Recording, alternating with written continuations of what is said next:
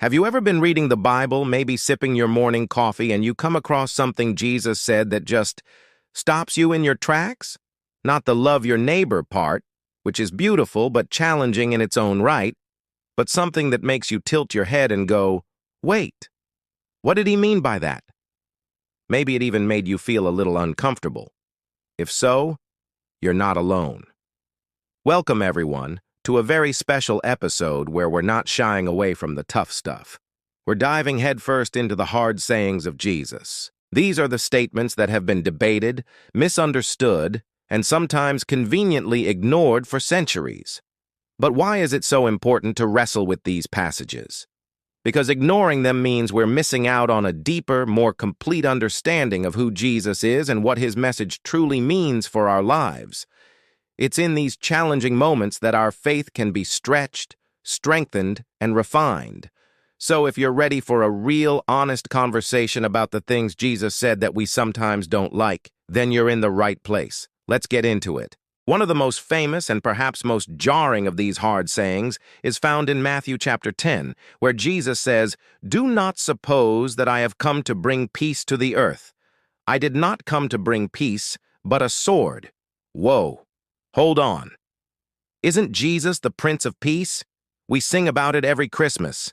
This sounds like the complete opposite. It seems to contradict everything we think we know about his gentle and loving nature. To his original audience, this must have been just as shocking. They were expecting a Messiah who would bring political peace, overthrowing the Roman oppressors. But Jesus flips that expectation on its head. He's not talking about a literal physical sword for us to wield.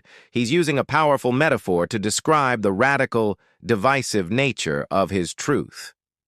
The sword he brings is the truth of the gospel, and this truth forces a decision. It divides. It separates light from darkness, truth from falsehood, and ultimately, it can even cause division within families. Think about it. When one family member decides to follow Christ and another doesn't, it can create a rift. Jesus goes on to say in the same passage that the man as enemies will be the members of his own household. He understood that allegiance to him, to the kingdom of God, would become the ultimate priority, even superseding our most cherished human relationships. This isn't a call to abandon our families, but a sober warning about the cost of discipleship. Following Jesus isn't always a peaceful, easy path. It requires us to make a choice, and that choice can have profound consequences in our relationships.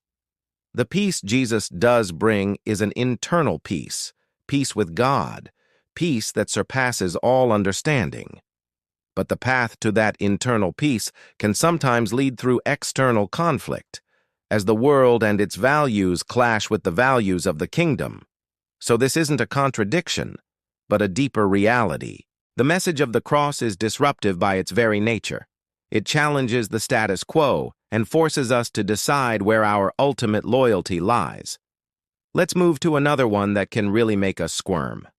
In Luke chapter 14, Jesus says, "If anyone comes to me and does not hate father and mother, wife and children, brothers and sisters, yes, even their own life, such a person cannot be my disciple." Okay, hate your father and mother? This sounds absolutely brutal. It seems to fly in the face of the commandment to honor your father and mother. How can we possibly reconcile this? Well, the key here is understanding the language and the context.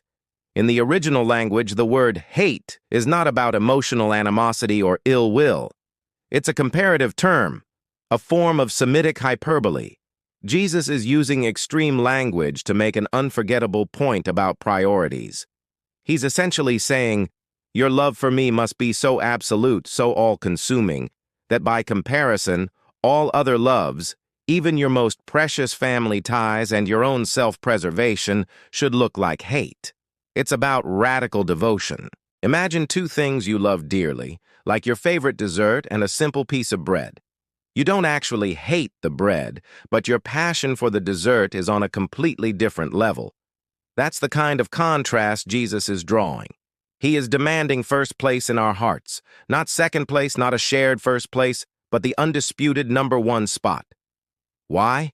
because he knows that anything we place before God ultimately becomes an idol, something that will fail us and leave us empty.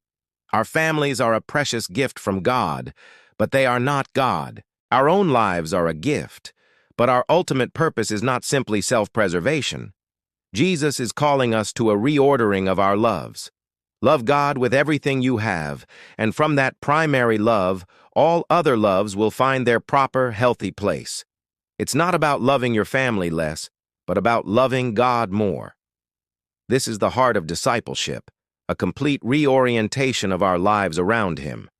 Now, for a teaching that directly challenges our modern sensibilities about wealth and security. In the famous story of the rich young ruler, a man asks Jesus what he must do to inherit eternal life. After confirming he follows the commandments, Jesus gives him a truly radical instruction. One thing you lack.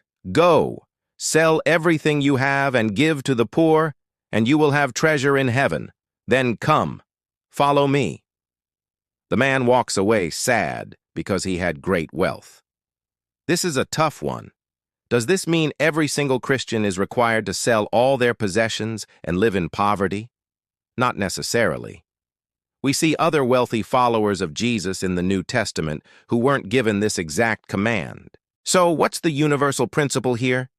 Jesus saw that this man's wealth was his ultimate security. It was his God.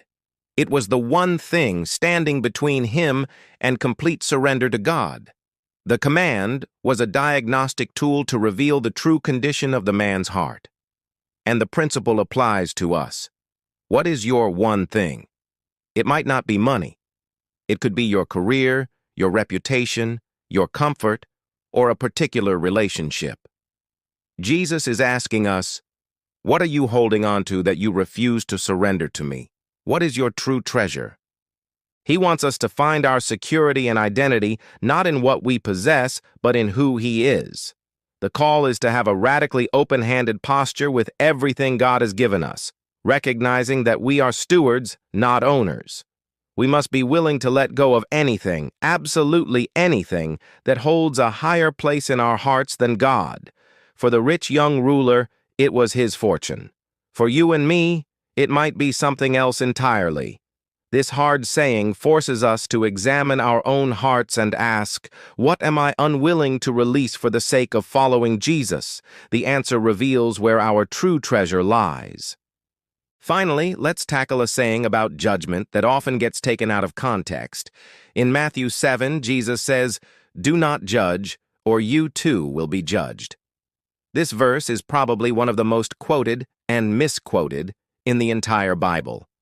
It's often used as a universal shutdown card in any conversation about right and wrong. You can't tell me what to do. The Bible says do not judge. But is that what Jesus really meant? Is He telling us to abandon all forms of discernment and moral reasoning?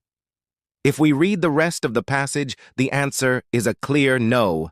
Just a few verses later, Jesus says, "Do not give dogs what is sacred. Do not throw your pearls to pigs." Well, how can you obey that command without making some kind of judgment or discernment about who is a dog or a pig in this context? And then He tells us to beware of false prophets, whom we will recognize by their fruit. Again, this requires evaluation and judgment. So what's going on? Jesus is not condemning the act of discerning or evaluating behavior. He is condemning a specific kind of judgment, hypocritical, self-righteous, and condemnatory judgment, the kind of judgment that says, "I'm better than you."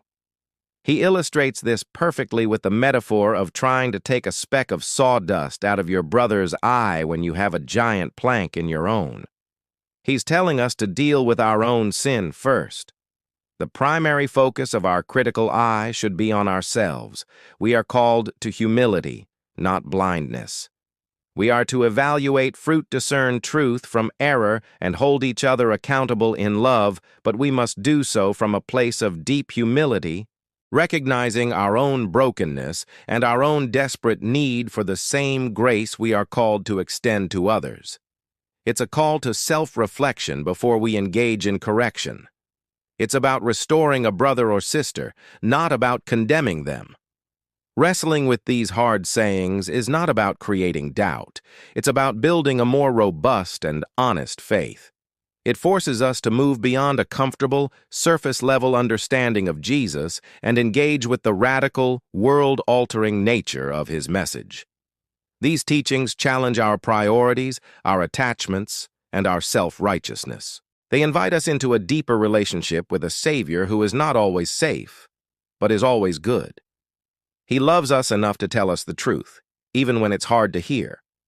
He calls us to a life of complete surrender, promising that in losing our life for his sake, we will truly find it.